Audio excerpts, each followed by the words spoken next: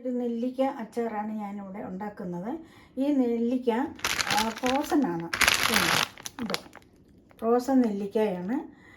ഇത് ഇങ്ങനെ നെല്ലിക്ക മാത്രമേ ഇവിടെ കിട്ടുകയുള്ളൂ. നമ്മുടെ നാട്ടിലാണെങ്കിൽ നല്ല ഫ്രഷായ നെല്ലിക്ക കിട്ടും. അപ്പോൾ ഞാൻ ഇന്ന് ഈ നെല്ലിക്ക ഉപയോഗിച്ചാണ് ഇന്ന് ഞാൻ നെല്ലിക്ക അച്ചാറിടുന്നത്.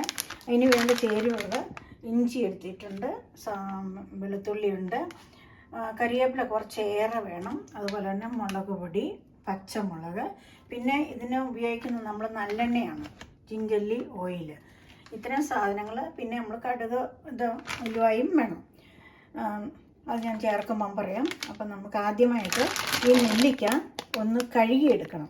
ഞാനിത് കഴുകിയെടുത്തുകൊണ്ട് വന്നിട്ടുണ്ട്. കഴുകിയെടുത്തതിന് ശേഷം ഞാനൊരു ടവൽ ഉപയോഗിച്ച് നല്ലവണ്ണം തുടച്ചെടുത്തതാണ്. കാരണം എന്താണെന്ന് ചോദിച്ചാൽ ഇത് ഫ്രോസൺ നെല്ലിക്കയാണ്. നമ്മൾ അതിൽ വെള്ളമയൊട്ടും കാണരുത്. ഇതിനി ഒന്ന് ആവി കയറ്റുകയാണ് ചെയ്യുന്നത്. സാധാരണ നമ്മൾ നെല്ലിക്ക നാട്ടിലാണ് വെള്ളത്തിലിട്ട് പുഴുങ്ങിയെടുക്കും. പക്ഷേ ഇത് ഞാൻ പുഴുങ്ങിയെടുക്കുന്നില്ല. കാരണം എന്താണെന്ന് ചോദിച്ചെന്നാൽ ഇത് ഫ്രോസൺ ആയതുകൊണ്ട് നമ്മൾ പുഴുങ്ങുമ്പോൾ ഇത് അലുത്തു പോകും. അപ്പോൾ അതുകൊണ്ടാണ് ഞാനിത് പുഴുങ്ങാത്തത്.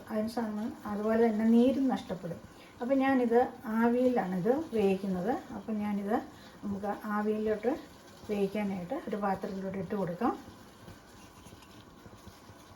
ഞാൻ ഓരോന്നോരോന്നായിട്ട് ഇതിലോട്ട് ഇട്ട് കൊടുക്കുകയാണ്.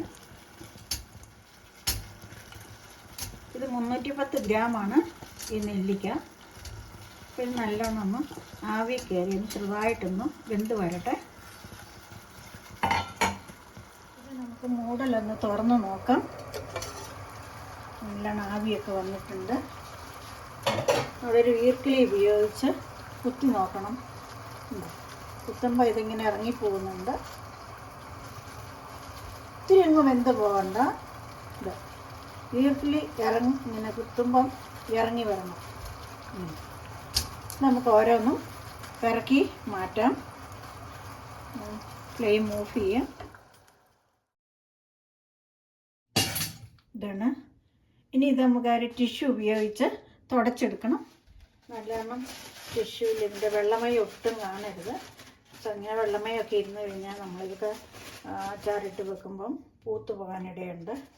അതുപോലെ തന്നെ ടേസ്റ്റിനും വ്യത്യാസം വരും. അപ്പോൾ ഇതെല്ലാം ഞാനിങ്ങനെ ഓരോന്നും തുടച്ചെടുക്കാം.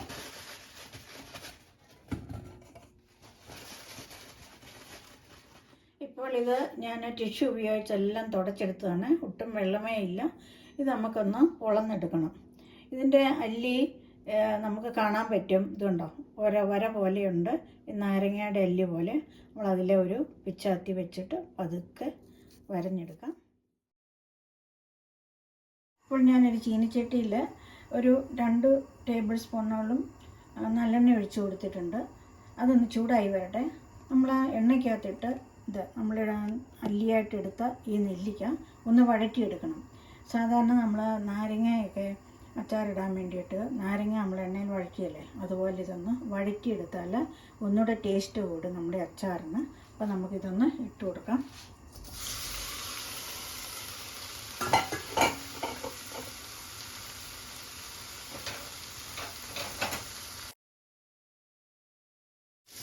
അപ്പോൾ ഇത് നല്ലോണം വഴന്നിട്ടുണ്ട്.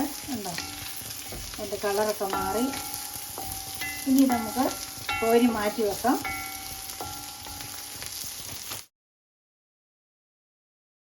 അപ്പം ചീനിച്ചട്ടി ഞാൻ ഒന്നുകൂടെ കഴുകി തൂത്ത് എടുത്ത് വെച്ചതാണ്. അപ്പം ചൂടായിട്ടുണ്ട്. അതിലേക്ക് നമുക്ക് ഓയിൽ ഒഴിച്ചു കൊടുക്കാം. ഞാനൊരു 3 ടേബിൾ സ്പൂണോളം നല്ലെണ്ണയാണ് ഒഴിച്ചു കൊടുക്കുന്നത്. ഇത് നല്ലെണ്ണയാണ് ഏറ്റവും നല്ലോണം ചേരേണ്ടത്. എന്നാൽ മാത്രമേ ടേസ്റ്റുള്ളൂ. എണ്ണ ചൂടായി വരട്ടെ. എണ്ണ ഏകദേശം ചൂടായി വന്നിട്ടുണ്ട്. അതിലേക്ക് ഞാനൊരു 3-4-5 മണി ഉലുവയാണ് ഇട്ട് കൊടുക്കുന്നത്. ആദ്യം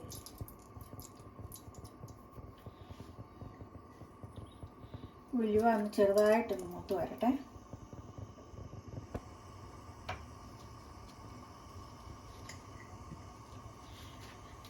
ഞാൻ ഉലുവ പൊടി ചേർക്കുന്നുണ്ട്. അപ്പോൾ ഉലുവ നമ്മൾക്ക് പൊട്ടിക്കാനായിട്ട് കുറച്ചേ ചേർക്കുന്നുള്ളൂ. ഉലുവ ഒരു മൂപ്പായിട്ടുണ്ട്. നമുക്ക് അതിലേക്ക് കടുക് ഇട്ട് കൊടുക്കാം. കടുക് ഞാനൊരു 1.5 ടീസ്പൂൺ കടുക് ഇട്ട് കൊടുക്കുന്നുണ്ട്. കാരണം ഞാൻ കടുക് പൊടിച്ചിടുന്നില്ല. അതിൻ്റെ കൂട്ടത്തിൽ 2 വത്തലുമുളകും കൂടെ ഇട്ട് കൊടുക്കാം.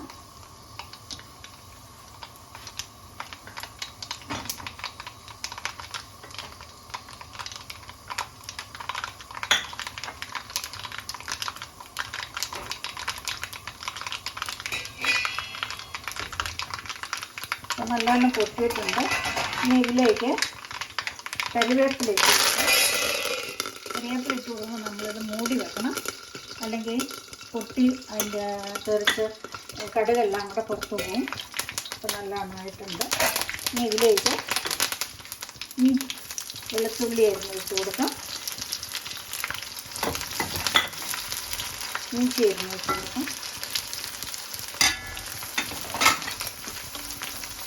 അതുപോലെ തന്നെ പച്ചമുളക് ഞാനൊരു 4-5 എണ്ണം എടുത്തിട്ടുണ്ട്. കാരണം എന്താണെന്ന് ചോദിച്ചാൽ ഇവിടെ കാശ്മീരി ചില്ലി പൗഡറാണ് ഞാൻ ചേർക്കുന്നത്. അതിന് വലിയ എരിവില്ലല്ലോ, അപ്പോൾ ഞാൻ പച്ചമുളക് എരിവിന് വേണ്ടിയിട്ട് വേറെ ചേർക്കുന്നുണ്ട്. കാരണം എപ്പോഴും ഇത്തിരി എരിവൊക്കെ ഉള്ളതാണ്. എരിവും പുളിയും നല്ലവണ്ണം വേണം.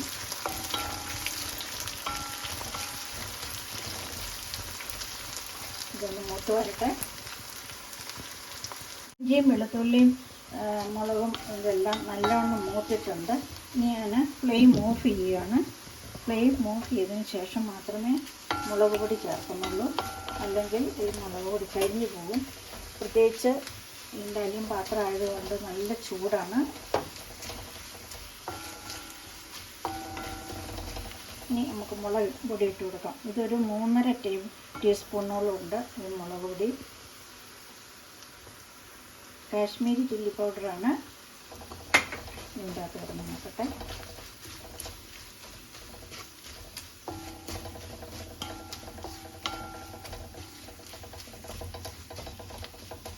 സ്വല്പം ചൂടുവെള്ളം ഒഴിച്ചു കൊടുക്കാം.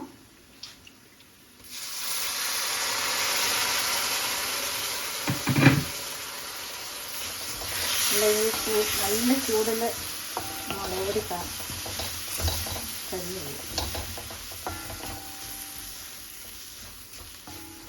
ഇപ്പം മുളക് പൊടിയുടെ കുത്തലെല്ലാം മാറിയിട്ടുണ്ട്. ഇനി ഇതിലേക്ക് നമ്മുടെ നെല്ലിക്ക ഇട്ട് കൊടുക്കാം. നമ്മുടെ നെല്ലിക്ക വഴറ്റിയെടുത്തതായതുകൊണ്ട്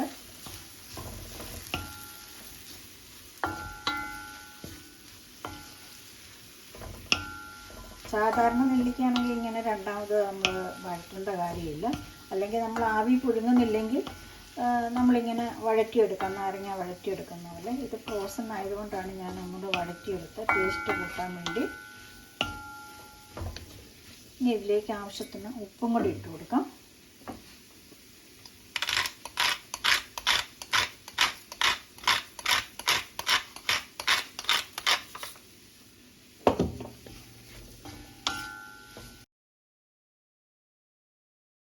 ഒക്കെ കിട്ടാനുള്ള ചൂടുവെള്ളം ഒഴിക്കാം. അപ്പം ഞാൻ കെറ്റിൽ തിളപ്പിച്ച് അരച്ച് വെച്ചിരിക്കുകയായിരുന്നു.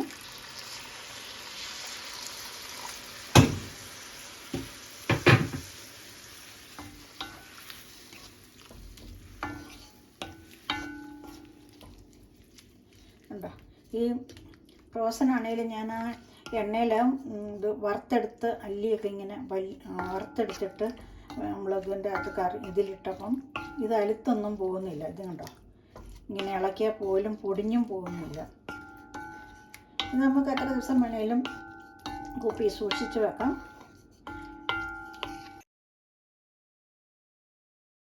ഇപ്പം ഉലുവയുടെ പൊടിയാണ്, അതും കൂടി ഇട്ട് കൊടുക്കാം. ഇനി ഫ്ലെയിം ഓൺ ആക്കിയിട്ട് ഫ്ലെയിം കുറച്ച് വെച്ചാൽ മതി.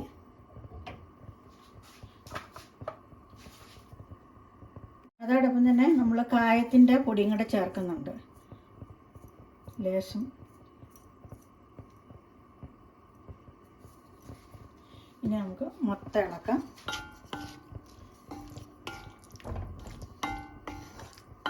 നമുക്ക് എന്തായാലും ചാറ് വേണമെന്നോ അതനുസരിച്ച് വെള്ളം ചേർക്കാം. ഉപ്പൊക്കെ നോക്കിയിട്ട് ഉപ്പ് കുറവാണെങ്കിൽ ഉപ്പ് ചേർക്കാം. ഇതിൻ്റെ അകത്തോട്ട് ഞാൻ വിനീഗറാണ് ചേർക്കുന്നത്. വൈറ്റ് വിനീഗറാണ്, അതാണ് ചേർക്കുന്നത്. അപ്പോൾ അതൊരു 2 ടേബിൾ സ്പൂണിനും അത് ചേർക്കുന്നുണ്ട്.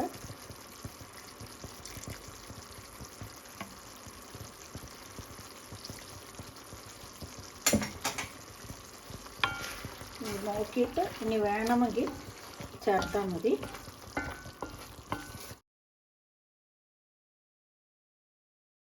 അപ്പം ഞാൻ ഫ്ലെയിം ഓഫ് ചെയ്തു. ഇനി ഇത് തണുത്തതിന് ശേഷം നല്ല ഗ്ലാസ് ഭരണിയിലിട്ട് അടച്ച് വെച്ചാൽ മതി. അപ്പോൾ നമുക്ക് ആവശ്യത്തിന് എടുത്ത് ഉപയോഗിക്കാൻ പറ്റും. അപ്പോൾ ഞാൻ അതിനായിട്ട് ഒരു ഗ്ലാസ് ഭരണി കഴുകി ചൂടുവെള്ളത്തിൽ കഴുകി വെയിലത്ത് വെച്ചിരിക്കുകയാണ്. ഞാനത് എടുത്തുകൊണ്ട് വരട്ടെ.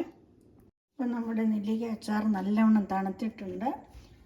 നല്ല എരിവും ചെറിയ പുളിയും ചെറിയ കയ്പും ഉപ്പൊക്കെ ചേർന്ന് നല്ല കുറുകിയ ചാറോട് കൂടിയ നെല്ലിക്ക അച്ചാർ ഉണ്ടോ. അപ്പോൾ ശകലം പോലും പൊടിഞ്ഞൊന്നും പോയിട്ടില്ല. നമുക്കിതിന് ഇതുപോലൊരു കുപ്പിയിലേക്ക് മാറ്റാം.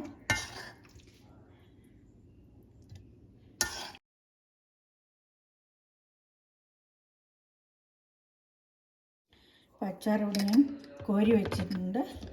ഉണ്ടോ, നല്ല കുറുകിയ ചാറോട് കൂടിയ നെല്ലിക്ക അച്ചാർ തയ്യാറായിട്ടുണ്ട്. അപ്പോൾ ഈ ക്രിസ്തുമസിന് എല്ലാവരും നെല്ലിക്കയൊക്കെ നാട്ടിൽ കിട്ടുമ്പോൾ ഇതുപോലെയൊക്കെ ഒന്ന് ഉണ്ടാക്കി നോക്കൂ. അപ്പോൾ നിങ്ങൾക്ക് ഈ വീഡിയോ ഇഷ്ടമായെന്ന് കരുതട്ടെ. ഇഷ്ടമായെങ്കിൽ ലൈക്ക് ചെയ്യുകയും ഷെയർ ചെയ്യുകയും സബ്സ്ക്രൈബ് ചെയ്യുകയും ചെയ്യണം. ഇനിയൊരു വീഡിയോയുമായിട്ട് വീണ്ടും കാണാം. ബൈ.